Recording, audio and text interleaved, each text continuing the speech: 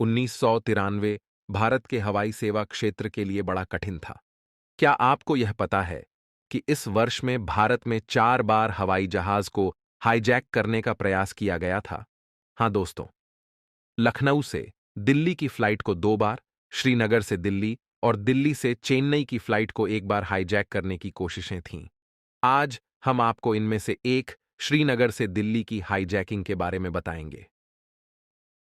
24 अप्रैल 1993 Indian airlines का एक विमान श्रीनगर हवाई अड्डे से दिल्ली की ओर रुख करने के लिए तैयार था। विमान में 135 यात्री और पायलट सहित 6 सदस्यों की क्रू थी। हवाई जहाज ने समय पर उड़ान भरी और दिल्ली की दिशा में बढ़ा। थोड़ी देर में एक व्यक्ति खड़ा हुआ। उसके हाथ में एक बंदूक और हैंड ग्रेनेड था। तुरंत ही सब सकते में आ गए। प्लेन हाईजैक हो चुका था। उसने विमान को काबुल की दिशा में मोड़ने के लिए कहा। इस बीच दिल्ली के हवाई अड्डे को भी खबर पहुंच गई थी कि श्रीनगर से आने वाला हवाई जहाज हाईजैक हो गया है और काबुल की ओर मोड़ दिया गया है। इसी दौरान लाहौर के हवाई ट्रैफिक कंट्रोल ने हवाई जहाज को लाहौर की एयर स्पेस में प्रवेश नहीं देने का फैसला किया। इस परिस्थिति में हवाई जहाज को वापस लौटना पड़ा। अब इसका ईंधन भी कम हो रहा था, इसलिए सबसे निकट के हवाई अड्डे अमृतसर में हवाई जहाज को उतारा गया।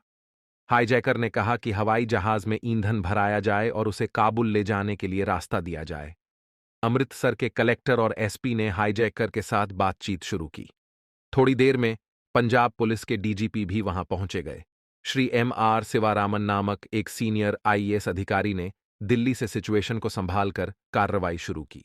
हाईजैकर अपनी मांगों पर टिका रहा। उसने हवाई जहाज को अब पाकिस्तान ले जाने की कोशिश की, लेकिन पाकिस्तान ने हवाई जहाज की एंट्री को साफ मना कर दिया।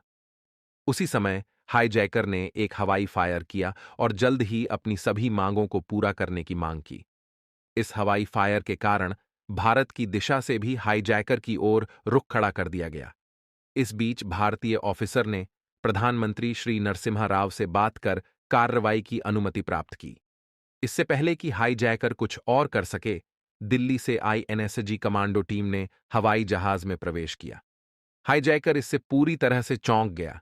उसको कुछ समझ आए उससे पहले कमांडो ने उसे पकड़ लिया और हवाई जहाज से बाहर ले आए।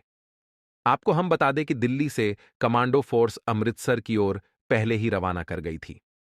इस तरह ऑपरेशन अश्वमेध सफल रहा और कोई यात्री या क्रू को कोई चोट नहीं आई। हाईजैकर को भी गिरफ्तार कर लिया गया। इस तरह भारत ने अपनी ब्रिलियंट कूटनीति और जरूरत के अनुसार कमांडो फोर्स का इस्तेमाल करके इस हाईजैकिंग को पूरी तरह से असफल बना दिया।